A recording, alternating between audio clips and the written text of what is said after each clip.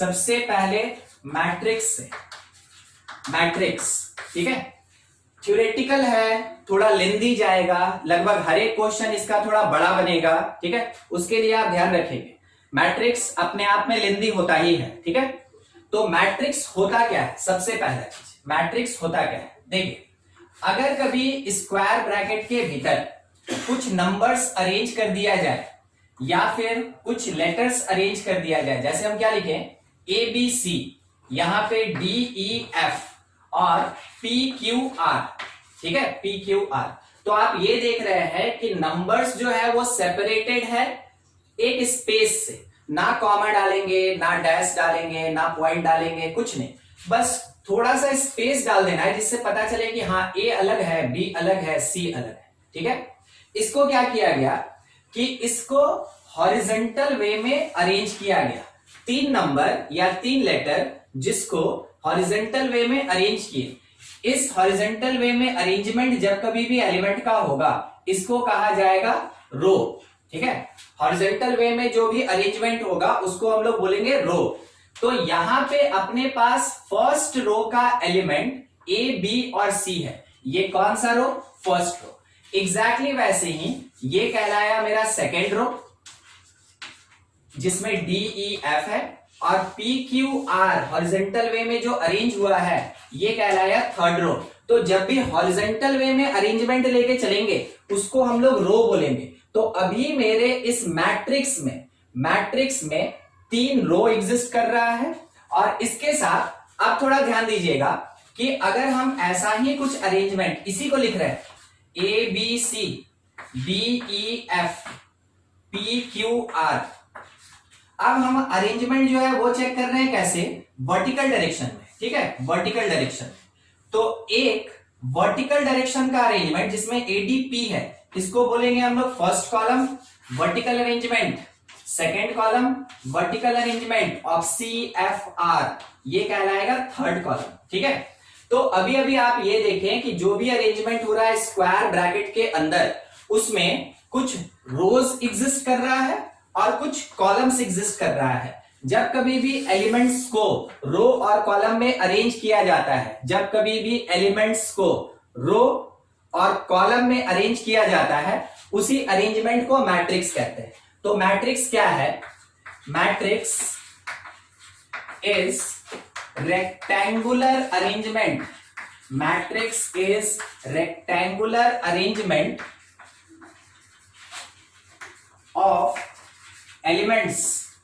of elements in rows and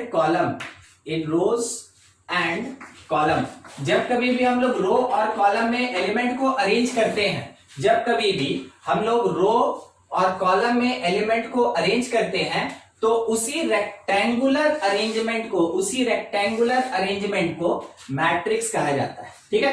तो आपको यह पता चल गया कि मैट्रिक्स एक्चुअल में होता क्या है। मैट्रिक्स एक टाइप का अरेंजमेंट है, मैट्रिक्स का कोई वैल्यू नहीं होता है, मैट्रिक्स एक टाइप का अरेंजमेंट है। किस चीज का अरेंजमेंट है, एलिमेंट्स का, ठीक है। एलिमेंट्स डालेंगे, कैसे रखेंगे, उसको हॉरिजॉन्टल वे में रखेंगे या फिर वर्टिकल वे में रखेंगे। तो हॉरिजॉन्टल और वर्टिकल तरीके से जब अरेंज किया जाएगा एलिमेंट को उसी को हम लोग मैट्रिक्स बोलेंगे, ठीक है। दूसरा एक बात थोड़ा ध्यान रखिए कि मैट्रिक्स रिप्रेजेंटेड बाय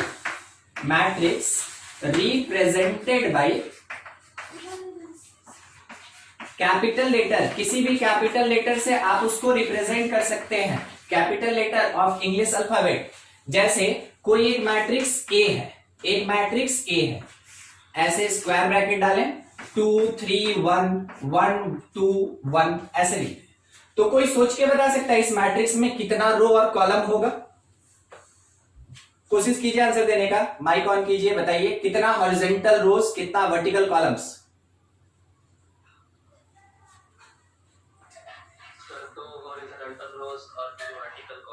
ठीक है, इसमें अगर हम लोग चेक करें तो देखिए एक रो जिसका एलिमेंट 2 3 1 है, एक दूसरा हॉरिजॉन्टल रो जिसका एलिमेंट 1 2 1 है, एक वर्टिकल कॉलम जिसका एलिमेंट 2 1 है, एक और वर्टिकल कॉलम जिसका एलिमेंट 3 2 है, एक और वर्टिकल कॉलम जिसका एलिमेंट 1 1 है। तो कितना रो है इसके अंदर 2 और कितना कॉलम है इसके अंदर 3। तो हम लोग ये डिक्लेयर कर सकते हैं यहां पे कि matrix A contain 2 rows and 3 columns. 2 row है और 3 कॉलम इसके अंदर एग्जिस्ट कर रहा है। बहुत सिंपल सा चीज है। वर्टिकल वे में चलिए कॉलम काउंटिंग हो जाएगा, हॉरिजॉन्टल वे में चलिए रो काउंटिंग हो जाएगा। तो रो और कॉलम ये आइडेंटिफाई करने आपको आना चाहिए मैट्रिक्स में, क्योंकि मैट्रिक्स का बेस ही होता है रोज और कॉलम्स। अगर आप रो और कॉलम को नहीं पहचानेंगे तो ना मैट्रिक्स का एडिशन कर पाएंगे, ना मैट्रिक्स का सब्सट्रैक्शन कर पाएंगे, ना मैट्रिक्स का मल्टीप्लिकेशन कर पाएंगे। इसलिए पूरा ध्यान रखिएगा कि मैट्रिक्स का रो कौन होता है और उसमें कौन कौन एलिमेंट होता है, मैट्रिक्स का कॉलम कौन होता है और उसमें क्या क्या एलिमेंट होता है। ठीक है, एक और ऐसा ही हम मैट्रिक्स ले रहे हैं बी। ठीक है, थोड़ा सब कोई अपना अपना माइक ऑन करके आंसर देने का कोशिश कीजिएगा। 2 3 5 7 9 1 2 1 2 3 -1 0 2 0 4 1 2 1 3 1। कितना रो और कितना कॉलम? कोशिश कीजिए, आंसर दीजिए। हाँ, रोज कितना मिला? एक बार फिर से बोलेंगे, रोज कितना मिला? 4। ठीक है, रोज मिला 4। कॉलम्स कितना मिला? 1 2 3 4 5। कॉलम्स कितना मिला? 5। ठीक है, तो रो और कॉलम आपको आइडेंटिफाई करने आना चाहिए। अब एक चीज ध्यान दीजिएगा, मान लीजिए रो और कॉलम यहां पे दोनों बराबर नहीं है। अगर ये दोनों बराबर नहीं है तो मेरे मैट्रिक्स का स्ट्रक्चर कैसा है? मेरे मैट्रिक्स का स्ट्रक्चर रेक्टेंगुलर स्ट्रक्चर है। जब कभी भी रो और कॉलम इक्वल नहीं हो, मैट्रिक्स का स्ट्रक्चर कैसा? रेक्टेंगुलर। अगर रो और कॉलम इक्वल हो जाए, रो और कॉलम दोनों इक्वल हो जाए, दोनों का क्वांटिटी सेम हो जाए, वैसे केस में ये जो रेक्टेंगल है ये कन्वर्ट हो जाता है स्क्वायर में। छोटा सा एग्जांपल यहां पे दे रहे हैं, ध्यान से देखिएगा सब कोई। ठीक है, मान लीजिए सी कोई मैट्रिक्स है, इसमें 2 5 0 4 ऐसा लिखा, तो इसमें रोज हम कितना डिक्लेयर कर सकते हैं कि 2 रो होगा, फर्स्ट रो 2 5 का, सेकेंड रो 0 4 का, और कॉलम हम क्या डिक्लेयर कर सकते हैं? 2 कॉलम होगा, पहला कॉलम 2 0 का, दूसरा कॉलम 5 4 का। तो देखिए रो और कॉलम इक्वल हो गया। ऐसे केस में मैट्रिक्स को स्क्वायर मैट्रिक्स कहते हैं। और जब कभी भी रो और कॉलम इक्वल नहीं होगा, वैसे केस में मैट्रिक्स को रेक्टेंगुलर मैट्रिक्स कहा जाता है। ठीक है, आगे हम लोग डील करेंगे। अभी बोर्ड पे जितना भी पार्ट है, कोई दिक्कत, कोई ऐसा पार्ट जो नहीं समझ में आया हो तो पूछ लीजिए, नहीं तो स्क्रीनशॉट ले लें आप, आगे बढ़ा जाए। उसी में एक टर्म आया ऑर्डर ऑफ मैट्रिक्स। ठीक है, ऑर्डर ऑफ मैट्रिक्स किसको कहते हैं ऑर्डर, और क्या होता है ऑर्डर, या कितना होता है ऑर्डर? ठीक है, तो ऑर्डर ऑफ मैट्रिक्स बहुत छोटा सा चीज ध्यान रखिएगा, that is number of rows. Number of rows एकदम बेसिक पार्ट है। नंबर ऑफ रोज क्रॉस या बाई पढ़ेंगे इसको। ठीक है, number of columns, number of columns, यानी क्या कहा गया कि order of any matrix that is equals to the number of rows by number of column. ये जो अपने पास क्रॉस का नोटेशन है, इसको आप क्रॉस पढ़ सकते हैं और नहीं तो आप इसको बाई पढ़ सकते हैं। आप इसको मल्टीप्लीकेशन नहीं पढ़ सकते। ठीक है, तो अपने पास जो भी है ऑर्डर, ऑर्डर क्या होता है? रोज बाई कॉलम्स होता है। मान लीजिए जैसे एग्जांपल के लिए एक मैट्रिक्स ए है। ठीक है, एलिमेंट है एबीसी और पीक्यूआर। देखिए इसमें नंबर ऑफ रोज मेरे पास कितना है, ध्यान से, नंबर ऑफ रोज 1 2। ठीक है, और नंबर ऑफ कॉलम्स कितना हो रहा है, ध्यान दीजिएगा इस पे, दैट इज इक्वल्स टू 3। एक कॉलम एपी का, दूसरा कॉलम बीक्यू का, तीसरा कॉलम सीआर का, तो रोज और कॉलम्स मिल गया। अगर कोई हमसे ये पूछे कि बताओ ऑर्डर ऑफ मैट्रिक्स ए क्या होगा, ऑर्डर ऑफ मैट्रिक्स ए, तो हम लोग डिक्लेयर करेंगे कि वो 2/3 होगा। रो को प्रेफरेंस देंगे, कॉलम को सेकंड पोजीशन पे रखेंगे। ठीक है, रो को प्रेफरेंस देंगे तो number of rows by second position पे नंबर ऑफ कॉलम्स आएगा। ये हो गया ऑर्डर ऑफ मैट्रिक्स ए। दूसरा, मान लीजिए कोई बी मैट्रिक्स है 2 3 5 1 4, तो इसमें अगर हम लोग चेक करें तो नंबर ऑफ रोज अपने पास कितना है, एक ही रो है, एक ही हॉरिजॉन्टल डायरेक्शन में अरेंजमेंट है। मगर इसमें नंबर ऑफ कॉलम्स, तो कॉलम्स वर्टिकल डायरेक्शन को कहते हैं, जरूरी नहीं है कि उसमें मल्टीपल एलिमेंट हो, वर्टिकल डायरेक्शन को कहते हैं। तो वर्टिकली 1 2 3 4 5, ठीक है। कॉलम्स कितना मिला, 5, यानी कि ऑर्डर ऑफ बी अगर डिक्लेयर करें तो इट इज 1 क्रॉस 5, ठीक है। रो पहले पोजीशन पे और कॉलम सेकंड पोजीशन। मान लीजिए आपसे कोई ये पूछ ले कि बताओ नंबर ऑफ एलिमेंट कितना होता है मैट्रिक्स में, तो number of elements in matrix, एक मैट्रिक्स में कितना एलिमेंट होता है, इसके लिए एक सिंपल सा छोटा सा फॉर्मूला है, that is equals to the product of, ध्यान रखिएगा, product of number of rows and number of columns, ठीक है। जितना भी रो और कॉलम है अगर उसका मल्टीप्लीकेशन कर दें, यहां पे ये जो क्रॉस है ये मल्टीप्लीकेशन को नहीं रिप्रेजेंट करता है, ये सिंपल स्टेटमेंट में बाई पढ़ा जाता है। मगर अभी अभी जब नंबर ऑफ एलिमेंट का बात आया तो हम क्या डिक्लेयर किए कि प्रोडक्ट कीजिए, यानी मल्टीप्लाई कीजिए। किसको किससे मल्टीप्लाई करें, रो को कॉलम से मल्टीप्लाई कीजिए, रो को कॉलम से मल्टीप्लाई कीजिएगा तो क्या मिलेगा, हमको नंबर ऑफ एलिमेंट्स मिलेगा उस मैट्रिक्स के अंदर। एग्जाम्पल के लिए समझिएगा, एग्जाम्पल के लिए मान लीजिए ए कोई मैट्रिक्स है और इसमें 2 3 5 एलिमेंट्स है, इसमें रो कितना हो गया, row that is equals to 1 2 3, column कितना है मेरे पास, तो एक वर्टिकल कॉलम है जिसमें 3 एलिमेंट है, एक, ठीक है। अगर हम बोले कि नंबर ऑफ एलिमेंट्स कितना होगा ए के अंदर, नंबर ऑफ एलिमेंट्स, तो हम बोलेंगे 3 into 1 मतलब 3 होगा। मगर कोई पूछेगा कि ऑर्डर ऑफ मैट्रिक्स ए कितना होगा, ऑर्डर ऑफ मैट्रिक्स ए हम लोग बोलेंगे 3/1 होगा। क्या आपको दोनों में डिफरेंस समझ में आ रहा है कि नंबर ऑफ एलिमेंट्स निकालना होगा तो मल्टीप्लाई करके रिजल्ट लिखेंगे, और अगर ऑर्डर पूछा गया तो हमको केवल ऐसे रिप्रेजेंट कर देना है, लाइक 3 क्रॉस 1, लाइक 3/1, या फिर रो बाई कॉलम, ठीक है। ये होता है रिप्रेजेंटेशन ऑर्डर का, और ये हो गया कैलकुलेशन नंबर ऑफ एलिमेंट्स का। दूसरा एक देखिए, मान लीजिए कोई एक मैट्रिक्स बी है, क्या है कि 2 3 5 1 0 1 1 -3, ठीक है। इसमें अगर हम रोज बताना चाहें तो रो कितना क्वांटिटी में, 1 2, कॉलम बोलना चाहें वर्टिकल वे में चलेंगे तो 1 2 3 4, कॉलम कितना 4। अब कोई पूछा कि बताओ number of elements in B, तो हम लोग क्या करेंगे कि रो को कॉलम से मल्टीप्लाई करेंगे, यानी 2 into 4, कुल मिला के कितना हो गया 8।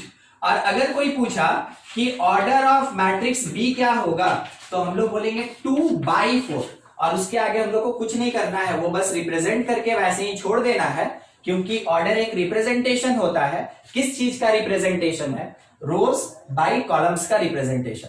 तो जहां तक उम्मीद है आपको नंबर ऑफ एलिमेंट्स और ऑर्डर के बीच का डिफरेंस समझ में आ गया होगा, ठीक है। इसको रिलेट करके क्वेश्चन भी पूछा जाता है, ध्यान दीजिएगा, इसको रिलेट करके क्वेश्चन पूछा जाता है। कैसे, सिंपल सा ध्यान रखिए।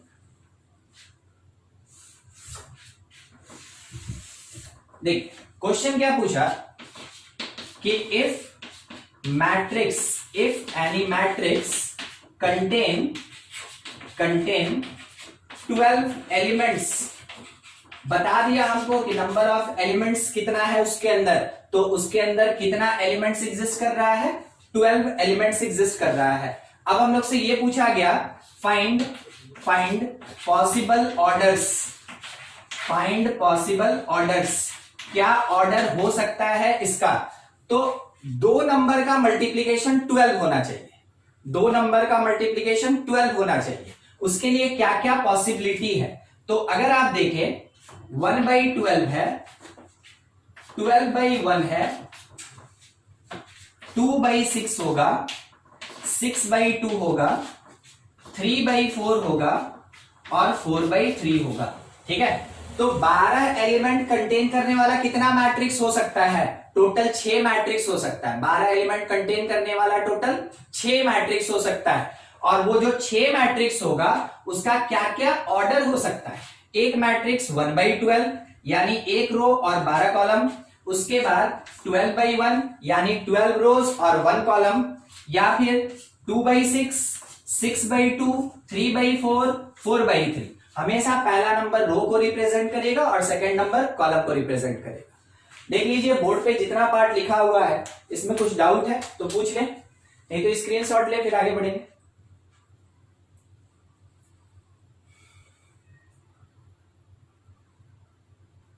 किसी को कोई डाउट भी है? आपके लिए एक क्वेश्चन है, थोड़ा ट्राई करेंगे सब कोई। If matrix B contain 8 elements, find possible orders। क्या क्या हो सकता है? चलिए बनाइए, क्या क्या हो सकता है, सॉल्व कीजिए। हाँ देखिए क्या क्या आंसर आया होगा। अगर किसी का नहीं बन पाया तो समझिएगा, जिसका हो गया ठीक है। 8 एलिमेंट्स है तो 2 नंबर का मल्टीप्लीकेशन 8 होना चाहिए। सीक्वेंस रखिएगा हमेशा, 1/8, फिर कौन 8/1, उसके बाद 2/4, फिर कौन हो सकता है 4/2। ठीक है, इसके अलावा और कोई पॉसिबिलिटी नहीं है। तो टोटल कितना मैट्रिक्स बन सकता है? 4, 1 2 3 4। अब मान लीजिए जैसे कि आप 1/8 ऑर्डर का कोई मैट्रिक्स बनाना चाहते हैं। ठीक है, अपने से 1/8 ऑर्डर का कोई मैट्रिक्स बनाना चाहते हैं। कितना रो रहेगा? 1, और कितना कॉलम हो जाएगा? 8। रो होगा 1 और कॉलम कितना? 8। यानी कि आप इसको ऐसे दिए, एक ही रो रखना है और 8 कॉलम। कुछ नंबर लिख दिए आप यहाँ पे, 1 2 3 4 5 6 7 8 बन गया। अगर कोई एग्जांपल पूछा आपसे कि 1x8 का कोई भी एक मैट्रिक्स बताओ, आप इस तरीके से लिखेंगे। ठीक है, अगर पूछा 8x1 का बताओ, क्या करेंगे? ये जो हॉरिजॉन्टल वे में लिखा है इसी को वर्टिकल वे में कर देंगे, या खुद से कुछ एलिमेंट डाल दिए, मतलब वो ऐसा होगा, वो ऐसा होगा। ठीक है, और इसके अंदर कुछ A B C D E F G और H हो गया। 1 2 3 4 5 6 7 8। तो ये कितने ऑर्डर का? 8x1। तो आपको देख के क्या कुछ ऐसा लग रहा है कि इसके अंदर केवल एक रो है, तो इसको हम रो मैट्रिक्स बोल दें। इसके अंदर केवल एक कॉलम है, ये पूरा वर्टिकल डायरेक्शन में है, तो हम इसको कॉलम मैट्रिक्स बोल दें। ठीक है, तो जब कभी भी किसी मैट्रिक्स में एक रो होता है, वैसे तो टाइप्स में पढ़ेंगे, अभी आ गया है तो थोड़ा बता दे रहे हैं। किसी भी मैट्रिक्स में अगर एक सिंगल सा रो होता है उसको रो मैट्रिक्स कहते हैं। किसी मैट्रिक्स में अगर एक सिंगल सा कॉलम होता है उसको कॉलम मैट्रिक्स कहते हैं। ठीक है, अब इसी चीज पे थोड़ा सा और फर्दर डिस्कशन, ध्यान दीजिएगा। एक मैट्रिक्स मान लीजिए जैसे क्या लिखा है, ए लिखा है कि इसके अंदर 1 2 3 4 एलिमेंट है। ठीक है, 4 एलिमेंट है, 0 नहीं लिखे हैं, हाँ बस प्लेस देके रखे हैं, वैकेंट प्लेस है। अगर हम इस वाले एलिमेंट का बात करें तो आप थोड़ा समझने का कोशिश कीजिएगा। ये फर्स्ट रो का एलिमेंट है और नीचे में मेरा सेकंड रो होगा। ठीक है, ये जो वर्टिकल डायरेक्शन है ये फर्स्ट कॉलम है और ये वर्टिकल डायरेक्शन सेकंड कॉलम है। ठीक है, तो अभी अभी हम बात कर रहे थे इसका, ये जो एलिमेंट इसके अंदर हम लिखेंगे वो कौन से रो का होगा? First row. वो कौन से कॉलम का होगा? First column. यानी हम ये बोलेंगे ना कि इस एलिमेंट का जो पोजीशन होगा ये 1 1 होगा। First row first column. ठीक है, फर्स्ट रो फर्स्ट कॉलम का एलिमेंट है तो इसका A11 पोजीशन होगा। वैसे ही ये वाला जो एलिमेंट है फर्स्ट रो का एलिमेंट है, मगर कौन से कॉलम का है? सेकंड कॉलम का। तो इसको हम लिखेंगे कि ये A12 होगा, फर्स्ट रो और सेकंड कॉलम। ये क्या होगा? A12 होगा। वैसे ही अगर हम इस एलिमेंट का बात करें तो ये सेकेंड रो का है और ये फर्स्ट कॉलम का है। Row 2 column 1 element is 2 1। ठीक है, इस एलिमेंट का बात करें second row second column it is A22, यानी कि सफिक्स में जो नंबर्स लिखा गया है उसमें सफिक्स में जो नंबर्स लिखा हुआ है कुछ इस पैटर्न में, उसमें जो पहला वाला नंबर होता है वो रो को बताता है और जो दूसरा वाला नंबर होता है वो कॉलम को बताता है। ठीक है, जब कभी भी किसी एलिमेंट को रिप्रेजेंट करेंगे उसके सफिक्स में जो नंबर लिखा रहेगा उसमें पहला नंबर रो को रिप्रेजेंट करेगा और दूसरा नंबर कॉलम को रिप्रेजेंट करेगा। जैसे कि अगर हमसे ये बोला गया कि A21 है, A21, तो इसका मतलब हो गया कि ये सेकेंड रो का है, ये सेकेंड रो का है, और इसका मतलब हो गया कि ये फर्स्ट कॉलम का एलिमेंट है। ठीक है, ऐसे पोजीशन डिसाइड किया जाता है किसी भी एलिमेंट का। अब सवाल रहा ये ए कौन, जो ए लिखे हैं वो कौन। तो ध्यान रखिएगा, मैट्रिक्स कैपिटल लेटर से, एलिमेंट स्मॉल लेटर से रिप्रेजेंट किया जाता है। मैट्रिक्स को कैपिटल लेटर से रिप्रेजेंट करते हैं और उसका जो भी एलिमेंट होगा उस जनरल एलिमेंट को स्मॉल अल्फाबेट से रिप्रेजेंट किया जाता है। मैट्रिक्स ए हुआ कैपिटल में, एलिमेंट को स्मॉल है। मान लीजिए मैट्रिक्स बी हुआ तो इसका जो एलिमेंट होगा वो बी होगा। तो B I J, small B क्या बताया, general element of matrix B. I क्या बताया, कौन सा रो। जे क्या बताया, कौन सा कॉलम। और क्योंकि मैट्रिक्स के लिए हम लोग यूज करते हैं स्क्वायर ब्रैकेट, तो स्क्वायर ब्रैकेट डाल दिए। अब आप पढ़िएगा, matrix B contain general element B in ith row and jth column. ठीक है, matrix B has general element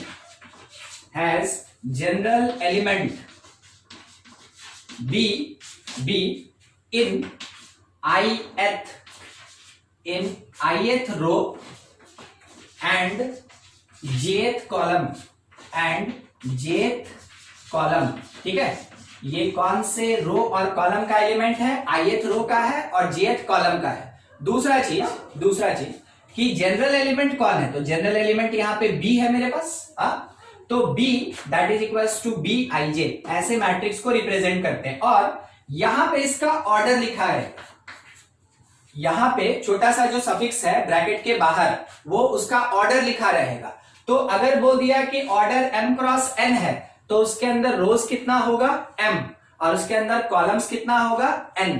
ये बताएगा रो को और ये बताएगा कॉलम को। ठीक है, तो मेरे पास कंप्लीट एक मैट्रिक्स B है, जनरल एलिमेंट B, ith रो, jth कॉलम, जिसमें m रोज है और n कॉलम्स है। इतना इंफॉर्मेशन आपको इसको लिखने से मिलता है। ठीक है, अब ऊपर वाला का जैसे बात कर रहे थे तो हमको ये पता कि 2 रो है और 2 कॉलम है, तो हम यहां से बता सकते हैं ना कि मैट्रिक्स A जो है इसका general element A i j होगा और ये कितने ऑर्डर का, 2 क्रॉस 2 ऑर्डर का होगा। ठीक है, वो 2 क्रॉस 2 ऑर्डर का। तो कुछ इस तरीके से रिप्रेजेंट कर सकते हैं हम लोग मैट्रिक्स को इन शॉर्ट। अदरवाइज मैट्रिक्स के लिए आप ऐसे बड़ा सा भी नोटेशन लेके चल सकते हैं। ठीक है, किसी को कोई डाउट है, जितना बोर्ड पे है तो पूछ लीजिए, तो आगे बढ़े।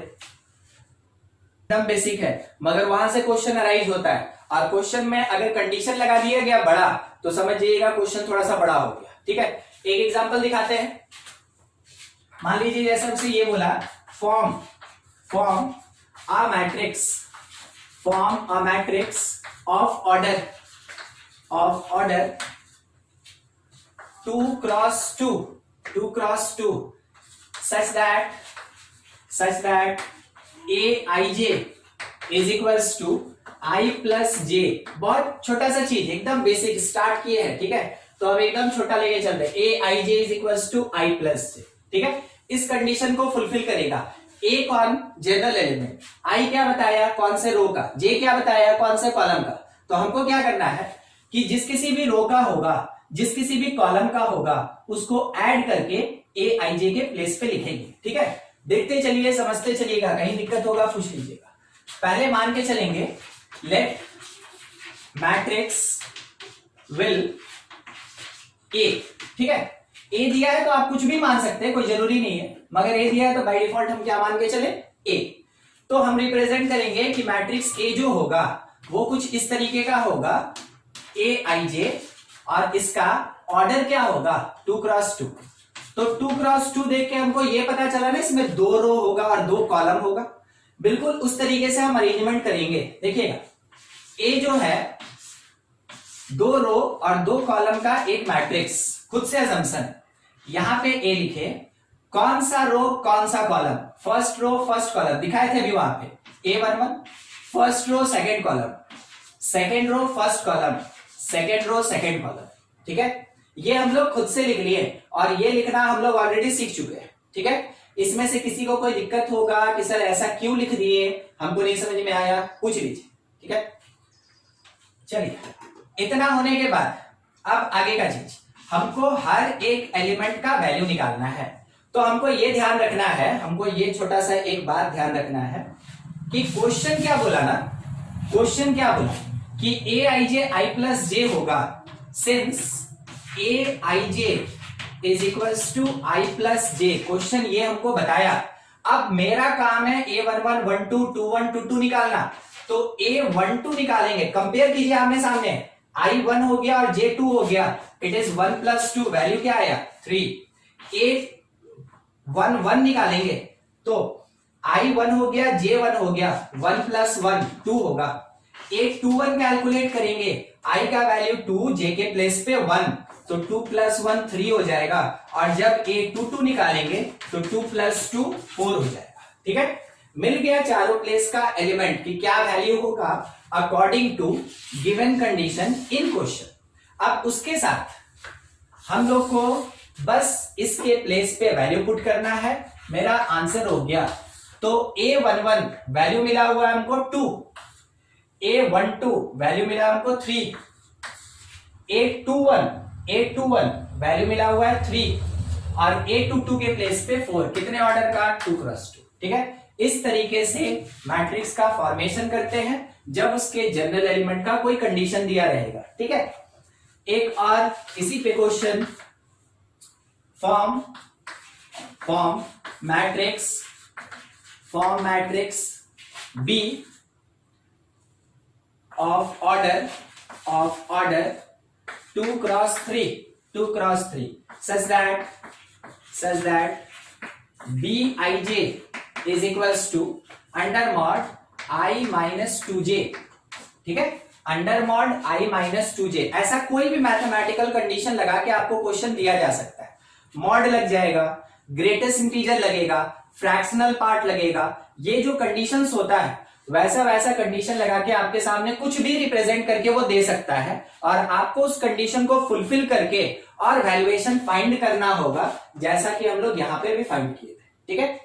सबसे पहला सवाल, 2-3 ऑर्डर का अगर मैट्रिक्स बोला, क्वेश्चन बोला 2-3 ऑर्डर का, तो हम मैट्रिक्स डी लिखें तो इसमें हम कितना रो और कितना कॉलम लिखेंगे? आंसर दीजिए, कितना रो और कितना कॉलम होगा 2-3 ऑर्डर में?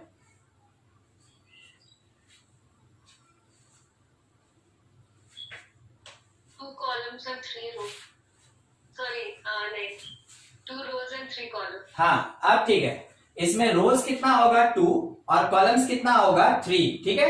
रोज होगा 2 और कॉलम्स कितना 3, तो मेरे पास 2 रो होना चाहिए R1 और R2, और मेरे पास 3 कॉलम होना चाहिए C1, C2 और C3।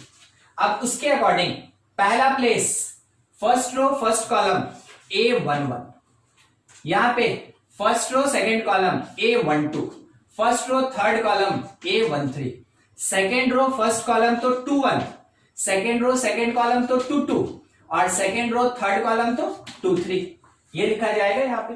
अब हमको क्या करना है कि इन 6 प्लेसेस पे वैल्यूएशंस फाइंड कर लेना है अकॉर्डिंग टू दिस कंडीशन। अब देखिए, यहां पे हम A लिख दिए, खैर कोई बात नहीं।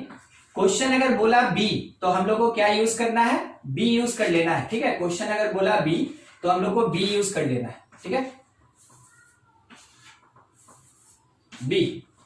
अब क्वेश्चन में ये दिया कि B आई जे जो है वो कितना है, under mod I minus 2j, हर एक प्लेस के लिए वैल्यू निकालते चले तो B11 जब मिलेगा तो 1 माइनस 2 इंटू 1 अंडर मॉड -1 और मॉड के कारण वो क्या हो जाएगा +1 हो जाएगा। सेम वैसे ही 1 2 तो अंडर मॉड 1 माइनस 2 इंटू 2, कुछ ज्यादा बड़ा चीज नहीं, ज्यादा बड़ा नहीं, आई के प्लेस पे 1 और जे के प्लेस पे 2 पुट करते चलना है इस कंडीशन में, ठीक है।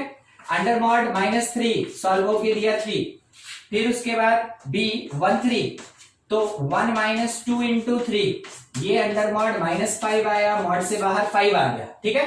अब इसी के साथ क्योंकि थोड़ा सा जगह कम पड़ रहा है, बाकी कैलकुलेशन नहीं कर रहे, डायरेक्ट कैलकुलेट करके यहां लिखा जाएगा, ठीक है। तरीका तो समझ गए ना कैसे निकालेंगे। B इज 1 1 निकला था 1 1 2 आया 3 1 3 आया 5, इतना हो गया। अब उसके बाद जब हम 2 1 निकालेंगे तो i के प्लेस पे 2 और j के प्लेस पे 1 पुट किए तो 2 माइनस 2 कितना हो गया 0। फिर जब 2 2 कैलकुलेट करेंगे तो 2 माइनस 4 -2 का 2, जब 2 3 कैलकुलेट करेंगे तो 2 माइनस 6 -4 मॉड के कारण 4 हो जाएगा। ये हो गया मैट्रिक्स बी कितने ऑर्डर का 2 क्रॉस 3 ऑर्डर का अकॉर्डिंग टू कंडीशन कि बी आई जे जो होगा वो under mod i minus 2j के इक्वल होगा। देखिए बोर्ड पे 2 क्वेश्चन है, कहीं किसी को कुछ डाउट है तो पूछ लीजिए। ये क्वेश्चन है, सॉल्व कीजिएगा और आंसर दीजिएगा। Matrix C that is equals to Cij of order 2 cross 2 such that Cij is equals to 2i plus j by 2। चलिए सॉल्व कीजिए, बताइए क्या आंसर होगा मैट्रिक्स सी। सबको ही बनाइए।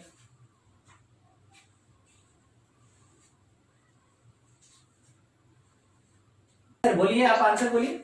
3/2 2 5/2 3। ये है ना, देख लीजिए सबको अपना अपना आंसर। किसी का कुछ डिफरेंट आया तो बताइए, सेम है तो ठीक है, छोड़ देंगे फिर आगे बढ़ेंगे। हो गया ना, ठीक। देखिए अगर आपको दिक्कत होगा या आपको नहीं बना है तो आपको पूछना चाहिए, आप पूछिएगा, हम बता देंगे आपको, ठीक है। अदरवाइज हम सोचेंगे कि हाँ सबको का बन गया, सबको अपना आंसर दे दिए, ठीक है। नेक्स्ट एक क्वेश्चन देखिएगा। एक मैट्रिक्स ए है जिसमें एलिमेंट है ए आई जे और इसका ऑर्डर है 3 क्रॉस 3 और क्वेश्चन क्या कह रहा है ना कि जो ए आई जे होगा that is equals to the greatest integer, ध्यान रखिएगा, greatest integer of I minus J by 2, ठीक है, i माइनस जे बाई 2।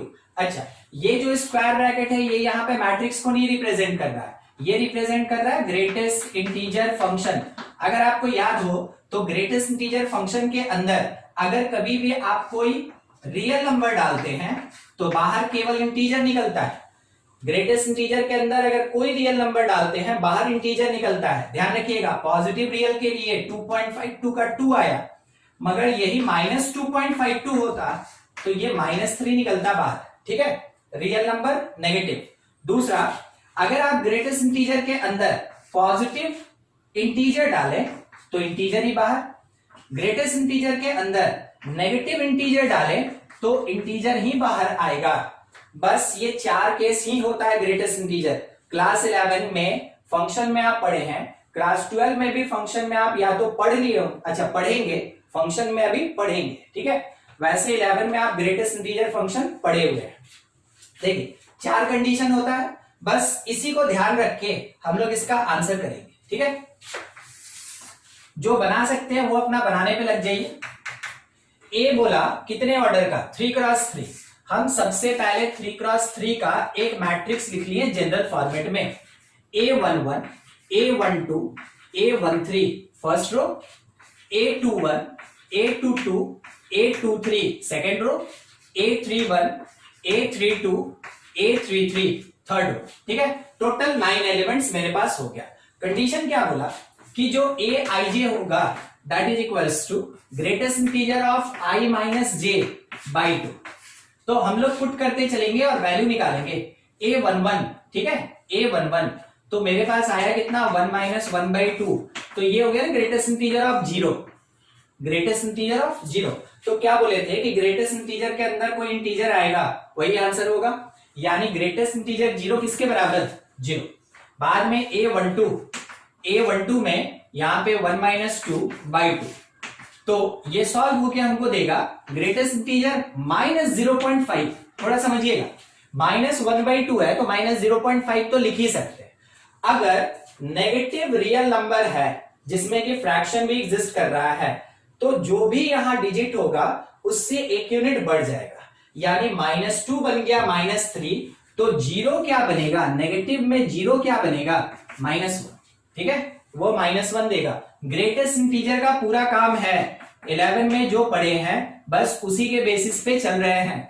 अगर उसके बाद भी कुछ नहीं समझ में आएगा तो हमसे पूछ लीजिएगा कि सर वो वैल्यू आया कहां से। ठीक है, a13 तो 1 माइनस 3/2, ये मिला -2/2 यानी -1। और अगर नेगेटिव इंटीजर होता है तो वही इंटीजर आंसर होता है, तो हम ये लिख सकते हैं कि -1 होगा, -1।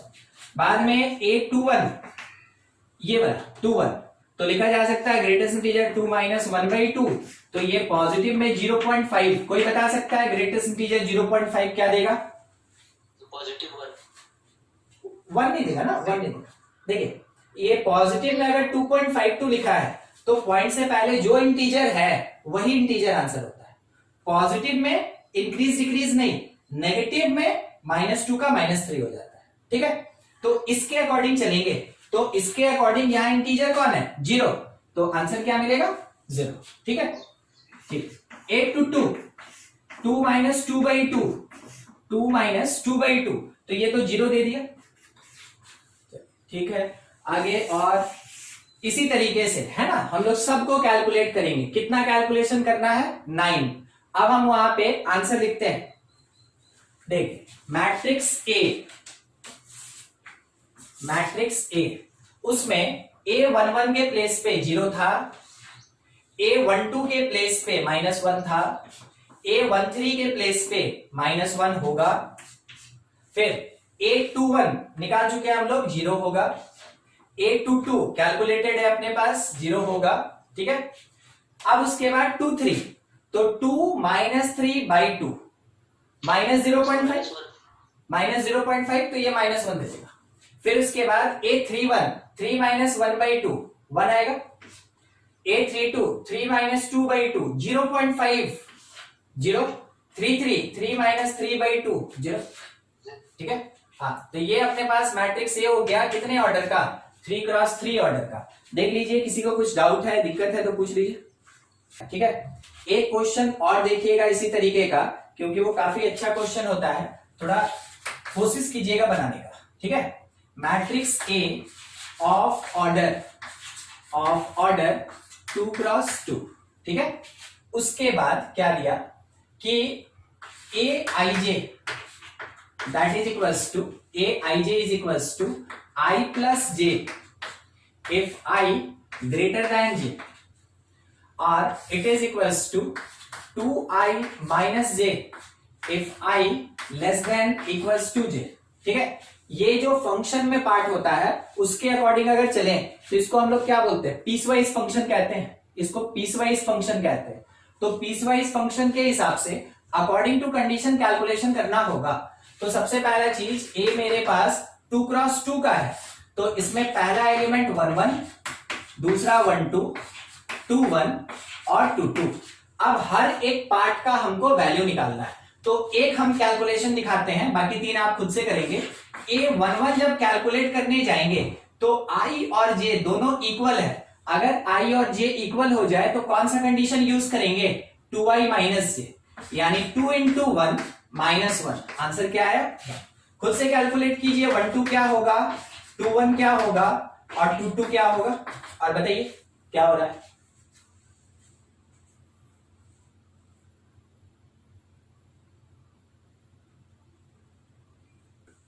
ठीक है, a12 क्योंकि i लेस देन j है, i लेस देन j है, तो 2i माइनस j होगा, यानी 2 इंटू 1 -2 होगा, 0।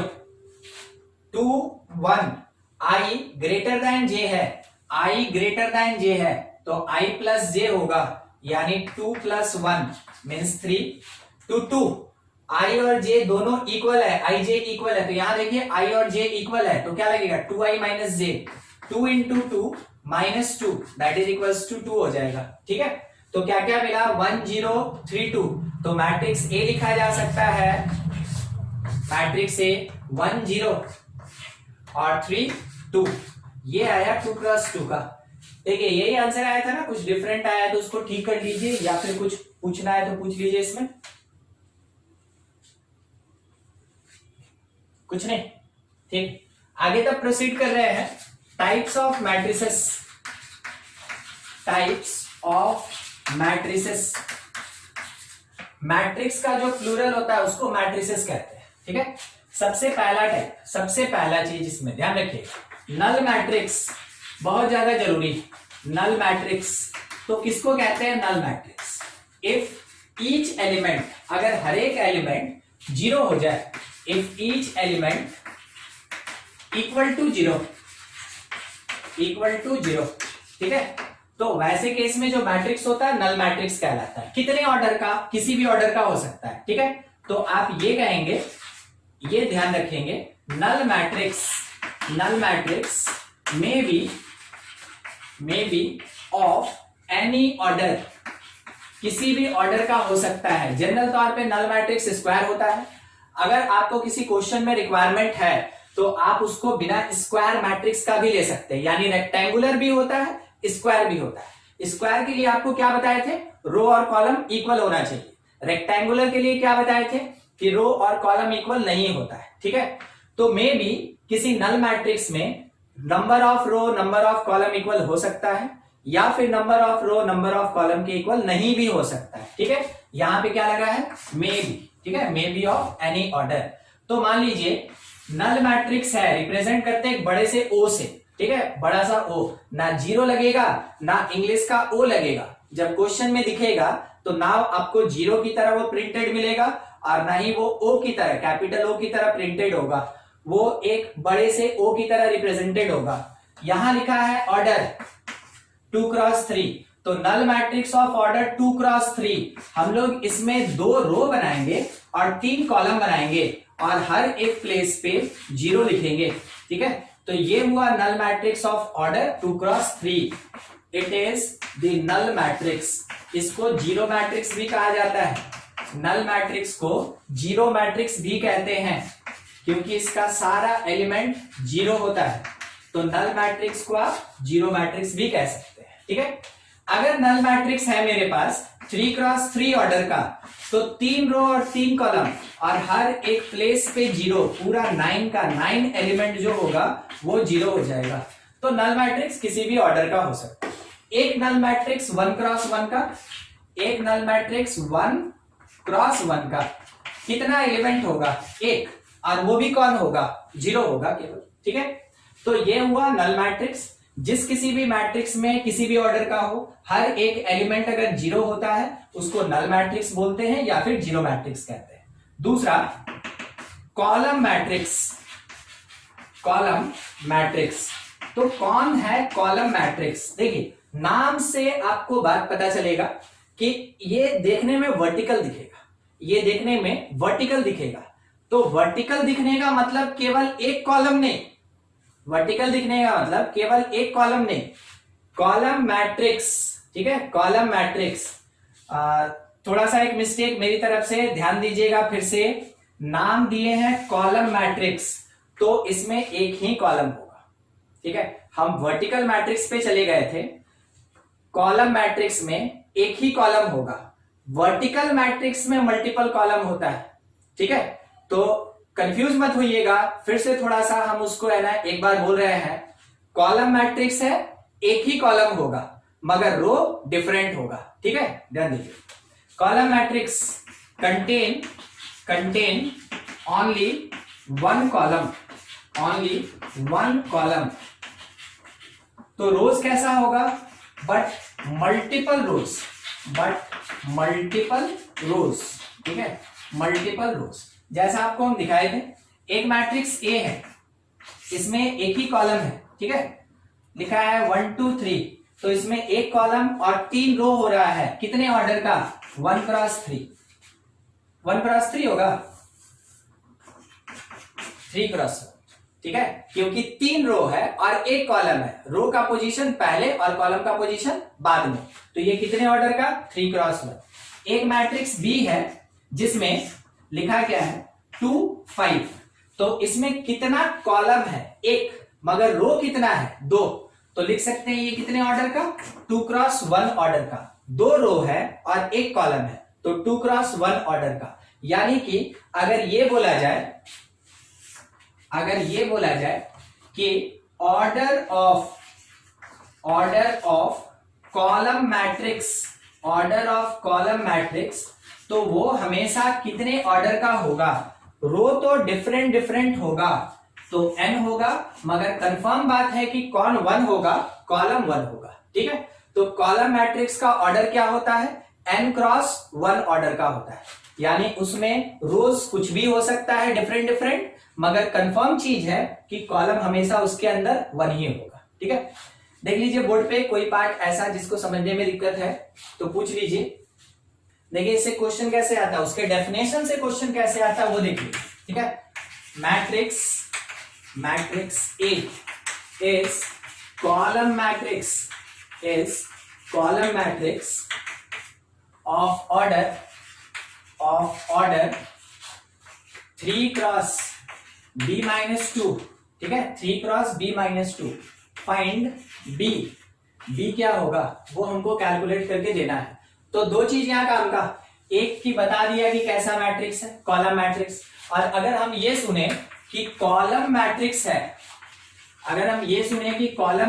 है, तो हम बोले कि इसका जो ऑर्डर होगा वो ऑर्डर तो n क्रॉस 1 होगा, तो n हमको नहीं पता, हम उसके लिए कंफर्म नहीं है, ठीक है, मगर हमको ये तो पता है कि कॉलम क्या होगा? 1, यानी कौन? b माइनस 2 किसके बराबर? 1, तो आप ये कह सकते हैं देयरफॉर b माइनस 2 1 हो गया, यानी b का वैल्यू क्या हो जाएगा? 3। उसके डेफिनेशन पे तो आपको ध्यान रखना है, कॉलम बोलने का मतलब इसके अंदर एक कॉलम होगा, उसी के बेसिस पे ऐसा क्वेश्चन बनता है। नेक्स्ट थर्ड जो टाइप है वो है अपने पास रो मैट्रिक्स। तो किस चीज का confirmation? It contain only one row but multiple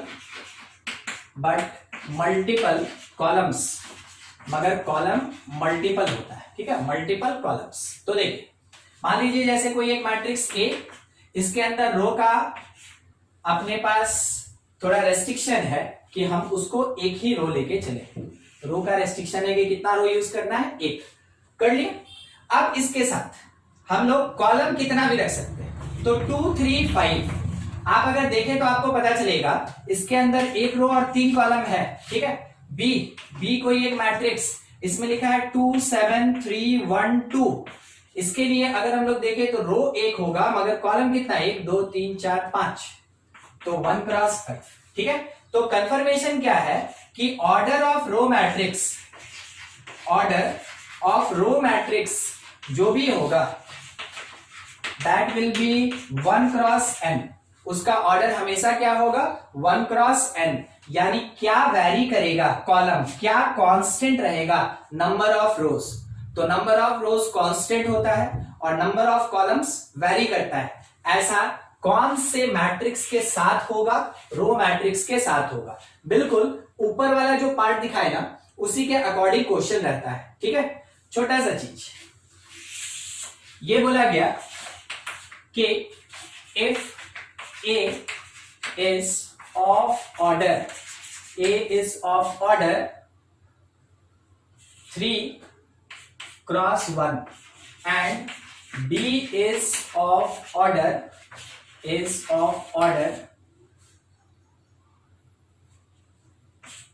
n minus 1 cross 3. Find value of n and elements मतलब number of elements in A as B is row matrix, B is row matrix. क्या आप इस बात को समझे कि यहां पे इतना लंबा जो स्टेटमेंट लिखा गया वो आपको डाइवर्ट करने के लिए लिखा गया, ठीक है, डाइवर्ट करने के लिए लिखा। हमसे केवल ये पूछा ना कि B, हम लोग से पूछा N क्या होगा, जबकि हमको B का ऑर्डर दे दिया, ठीक है, N क्या होगा जबकि B का ऑर्डर दे दिया और ये बता दिया कि B का नेचर क्या होगा, ठीक है। तो हम सबसे पहला चीज रो मैट्रिक्स, B कैसा, रो मैट्रिक्स। तो हम कह सकते हैं कि जो पॉसिबल ऑर्डर होगा, पॉसिबल ऑर्डर ऑफ B, क्योंकि वो रो मैट्रिक्स है तो 1 क्रॉस n होगा और वो मेरे क्वेश्चन में क्या दिया हुआ है, that is equals to n-1 cross 3, n-1 cross 3। कौन किसके बराबर, ये इसके बराबर, ठीक है। आप यहां नहीं कह सकते हैं क्योंकि ये तो आप अज्यूम किए हैं, ये तो आप अज्यूम किए हैं, ये आपका अजम्पशन है, तो वहां से n नहीं निकालना है, हमको कौन सा n कैलकुलेट करना है, नीचे से n कैलकुलेट करना है जो दिया गया मेरे क्वेश्चन में, ठीक है, कंफ्यूज मत होइएगा। तो n-1 that is equals to 1, तो n का वैल्यू 2 आ गया, ठीक है, n का वैल्यू 2 आ गया। दूसरा एक और बात पूछा कि नंबर ऑफ एलिमेंट्स कितना होगा A में, तो देखिए A का ऑर्डर दिया गया, ठीक है, order of A, order of matrix A that is equals to 3 cross 1। तो हम लोग ये सीखे थे कि अगर नंबर ऑफ एलिमेंट्स निकालना हो, नंबर ऑफ एलिमेंट्स निकालना हो तो that is equals to the product of row and column. तो कितना एलिमेंट्स मिलेगा हम लोग को, 3 एलिमेंट्स मिल जाएगा। देख लीजिए बोर्ड पे जितना पार्ट है, कुछ डाउट है तो पूछ लीजिए, कौन से टाइप का क्वेश्चन आता है, कौन से टाइप के मैट्रिक्स से, एक एक दो एग्जांपल हम लेके चल रहे हैं, ठीक है। आपको उसी तरीके से मेंटली प्रिपेयर्ड रहना होगा कि अगर हमसे क्वेश्चन पूछा और ये वर्ड मेंशन कर दिया कि रो मैट्रिक्स है, तो मेरे पास एक ही कंडीशन होता है कि उसके अंदर एक रो होता है। मल्टीपल कॉलम पे तो आप कुछ कर ही नहीं सकते, बस हम क्या देख सकते हैं कि उसके अंदर एक ही रो होता है, ठीक है। तो जो श्योर शॉर्ट बात है वो हमेशा कंडीशन बनाएगा और वही क्वेश्चन बनवाता है। बोर्ड का क्लिक कर लेंगे। मैट्रिक्स अभी केवल अपने इंट्रोडक्शन पार्ट में चल रहा है कि मैट्रिक्स से रिलेटेड पार्ट क्या होता है, मैट्रिक्स कितने टाइप का होता है, मैट्रिक्स का अभी एकदम फंडामेंटल, ठीक है। जैसे हम लोग इसके अगले लेवल पे जाएंगे, हाँ, तो ये जो फंडामेंटल में आप आज पढ़ रहे हैं ये यूज होना स्टार्ट हो जाएगा। मतलब कि अभी आप बेसिक में जो भी पढ़ेंगे पूरे मैट्रिक्स में हमेशा यूज होता रहेगा। तो उस टाइम में हम आपको बोलेंगे देखो कॉलम मैट्रिक्स है, तो आपके दिमाग में ये नहीं आना चाहिए कि अच्छा कॉलम मैट्रिक्स है, आपके दिमाग में ये आना चाहिए कि उसमें नंबर ऑफ कॉलम 1 है, ठीक है। कंडीशन खास करके नाम के साथ याद होना चाहिए, यूज करते जाइएगा, क्वेश्चन बनाते जाइएगा, अपने आप याद हो जाएगा, ठीक है, बैठ के रटने का जरूरत नहीं है। नेक्स्ट थर्ड देखे थे ना हम लोग, थर्ड, फोर्थ अपने पास है वर्टिकल मैट्रिक्स, वर्टिकल मैट्रिक्स। बस यही चीज हम लोग को थोड़ा ध्यान रखना है। देखने में कैसा होगा, ऐसा होगा, वर्टिकल होगा। वर्टिकल अगर होगा तो देखिए यहां पे मेरे पास रो और यहां पे कॉलम, ठीक है। कोई सोच के बता सकता है वर्टिकल कहने का मतलब रो ज्यादा होगा कि कॉलम ज्यादा होगा? इसको ये दिख रहा है चौक, इसको वर्टिकल कहते हैं, है ना, ये वर्टिकल कहलाता है। रो ज्यादा होगा कि कॉलम ज्यादा होगा? ट्राई कीजिए, रो ज्यादा होगा, ठीक है। आपकी तरफ से एक आंसर आया, रो ज्यादा होगा, एकदम सही। कब कहेंगे vertical matrix?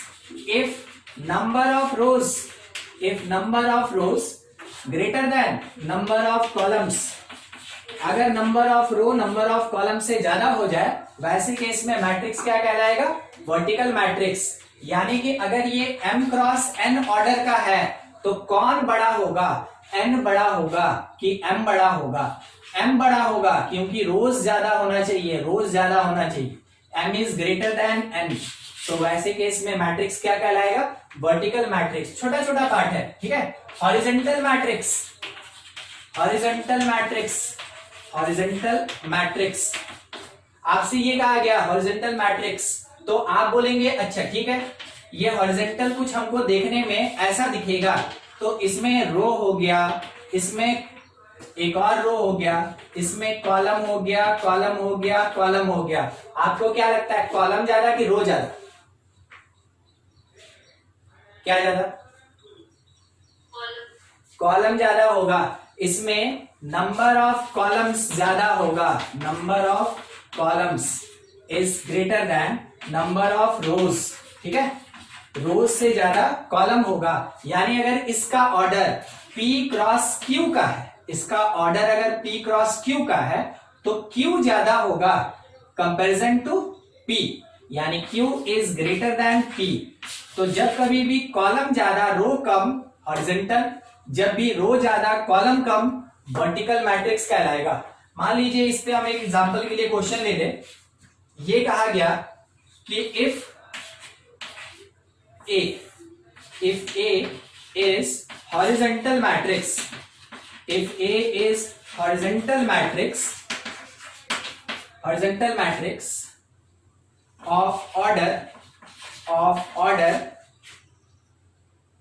x square cross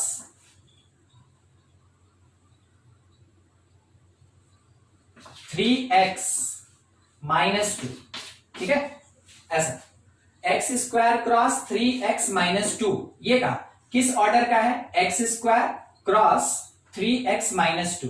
तो कह रहा है find interval of x, find interval of x, x का क्या इंटरवल हो सकता है वो फाइंड करके दीजिए। ठीक है, तो हम लोग देखें कि चलो ठीक है, ऑर्डर दिया, क्या ऑर्डर दिया, x square cross 3x minus 2, और बता दिया कि कौन से टाइप का ये मैट्रिक्स है। तो ये एक हॉरिजॉन्टल मैट्रिक्स है। हमको याद आया हॉरिजॉन्टल में कॉलम ज्यादा होता है, रो कम होता है। ठीक है, कॉलम ज्यादा होता है, रो कम होता है। तो मेंशन करेंगे कि सिंस इट इज हॉरिजॉन्टल, क्योंकि ये हॉरिजॉन्टल मैट्रिक्स है, हॉरिजॉन्टल मैट्रिक्स, तो वैसे केस में क्या होगा, वैसे केस में जो कॉलम्स होगा, जो नंबर ऑफ कॉलम्स होगा should be greater than rows. अब मेरे पास जो ऑर्डर दिया उससे पता चला कॉलम है 3x माइनस 2 और रो जो है वो x स्क्वायर है। बस उस कंडीशन को हम लेके चले आएंगे। तो हम क्या लिखेंगे कि 3x minus 2 is greater than x square. अब मेरे पास इनइक्वालिटी बन गया, मेरे पास इनइक्वालिटी बन गया। इन इक्वेशन के तरीके से सॉल्व करेंगे, इस पूरे पार्ट को उधर भेज रहे हैं तो लिख सकते हैं एक्स स्क्वायर। अच्छा देखिए, मान ले रहे हैं किसी को कंफ्यूजन हो जाएगा, इसको उधर भेज रहे हैं, यहाँ जीरो बच गया, x square minus 3x plus 2। अब तो कोई कंफ्यूजन नहीं, थोड़ा पलट के लिख दें तो भी कोई दिक्कत नहीं, लेस देन जीरो। यहां से स्प्लिट कर लिए, किसमें टूटेगा, -2 -1, -2 -1। तो यहां पे लिख सकते हैं x -1 और x -2 is less than zero. जब कभी भी दो लीनियर फैक्टर होता है, 11th क्लास में इन इक्वेशन पढ़े हैं, उतना लेंथी सॉल्व नहीं करेंगे, समझिएगा। जब कभी भी मेरे पास दो लीनियर फैक्टर होता है तो क्रिटिकल पॉइंट मिला 1 2, और वैसे केस में आप जब इसको 1 और 2 पे पुट करेंगे तो लेस देन का मतलब क्या होता है कि छोटे वाले से बड़ा होगा और बड़े वाले से क्या होगा, छोटा होगा। ठीक है, छोटे वाले से बड़ा और बड़े वाले से छोटा, ये मिला ना। तो हम कह सकते हैं कि x बिलोंग्स टू, क्योंकि इक्वल टू नहीं है तो ओपन इंटरवल 1 से लेके कहां तक, 2 तक। ठीक है, इन इक्वेशन को यूज कर लिया गया मैट्रिक्स में। आपके पूरे मैथमेटिक्स में कोई भी सेक्शन किसी में भी प्रेजेंट हो सकता है और उसके बेसिस पे क्वेश्चन पूछा जा सकता है। ठीक है, अभी जैसे अभी मेरे पास ये वाला पार्ट था ना, हम आपको अलजेब्रा में दिखा दिए कैसे बनेगा। देखिए ट्रिग्नोमेट्री का क्या यूज होगा वो भी अभी एक क्वेश्चन में दिखाएंगे हम आपको। केवल इसके नाम के साथ ये जो छोटा सा कंडीशन चल रहा है, इस कंडीशन को लेके अलजेब्रा का, ट्रिग्नोमेट्री का कहीं का भी क्वेश्चन बनाया जा सकता है। ठीक है, आपको अभी हम एक ट्रिग्नोमेट्री का क्वेश्चन दिखाएंगे इसके बेसिस पे। अभी जो डिस्कशन किए इसमें से किसी को कोई डाउट हो तो आप पूछ ले, अदरवाइज आप क्लिक ले लें फिर आगे बढ़े। नहीं हो सकता है क्योंकि वहां पे आप काउंटिंग कर रहे हैं कि 1 रो होगा, 2 रो होगा, 3 4 5 होगा, ऐसा होगा। तो जब कभी भी प्रेजेंट होगा वो हमेशा नेचुरल नंबर से बिलोंग करता है। ठीक है, जो अभी बात बोले थोड़ा उसको समझ के रखिएगा कि अगर कभी भी ऑर्डर m क्रॉस n है तो m भी बिलोंग करेगा नेचुरल नंबर से और n भी बिलोंग करेगा नेचुरल नंबर से। ऑर्डर का जो कॉलम और रो होता है वो हमेशा नेचुरल नंबर से बिलोंग करता है। देखिए एक क्वेश्चन का बात बोले थे, बस उसी को लेके चल रहे हैं। If matrix A has order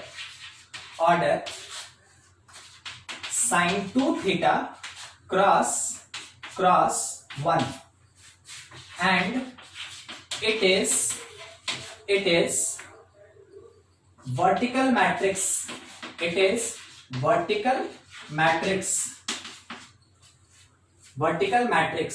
find interval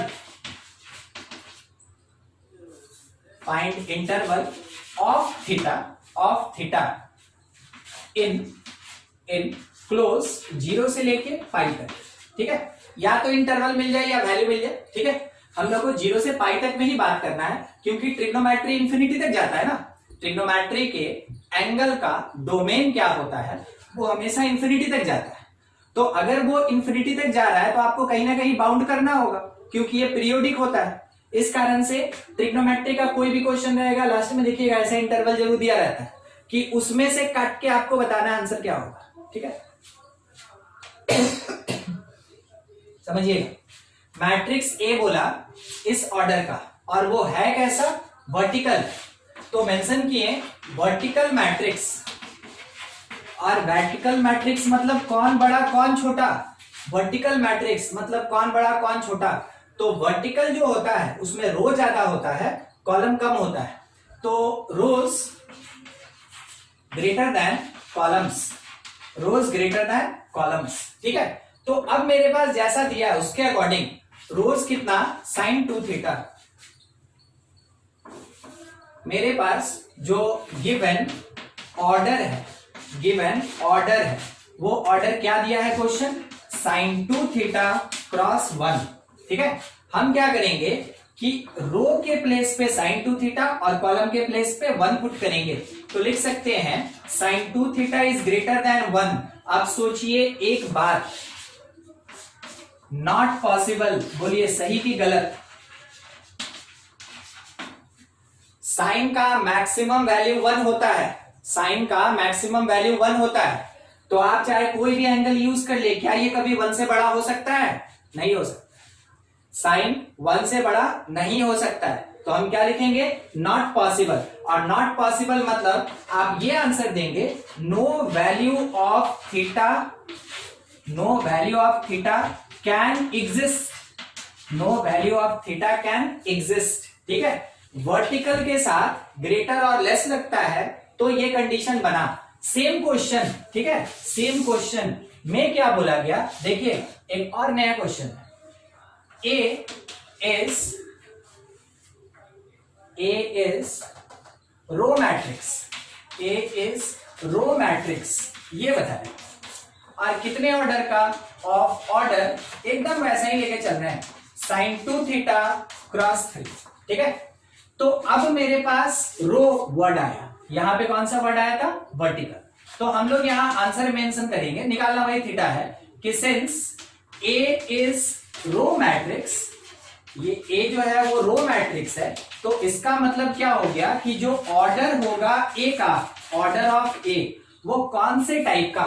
तो रो मैट्रिक्स में रो एक होता है और कॉलम कितना होता है, मल्टीपल होता है, 3 क्यों मल्टीपल होता है। तो हम ये लिख सकते हैं, ये किस ऑर्डर का, 1 क्रॉस n।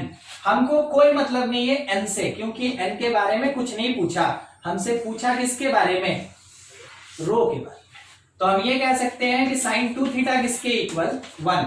तो आप में से कोई सोच तो लिया होगा कि 2 थीटा जो होगा वो 0 से पाई के बीच में π/2 होगा, तो थीटा क्या आएगा, π/4 आएगा। ऐसे आपको वैल्यू निकालना है। ठीक है, तो रो और कॉलम मैट्रिक्स होगा तो एग्जैक्ट वैल्यू मिलेगा। अगर ये पॉसिबल होता तो वर्टिकल या हॉरिजॉन्टल मैट्रिक्स होता है तो उसमें हमेशा इंटरवल होता है, उसमें हमेशा क्या होता है, इंटरवल होता है। ठीक है, तो जब कभी भी ऐसा क्वेश्चन हो ऑन बेसिस ऑफ ऑर्डर, आपको थोड़ा ध्यान रखना होगा और इसी तरीके से सॉल्व करना होगा। ठीक है, चलिए इसमें से स्क्रीनशॉट ले लें, और कुछ डाउट है तो पूछ लीजिए। ये एक दूसरा क्वेश्चन भी पूरा था, हाँ? हम बस बता रहे थे कि इस तरीके का है।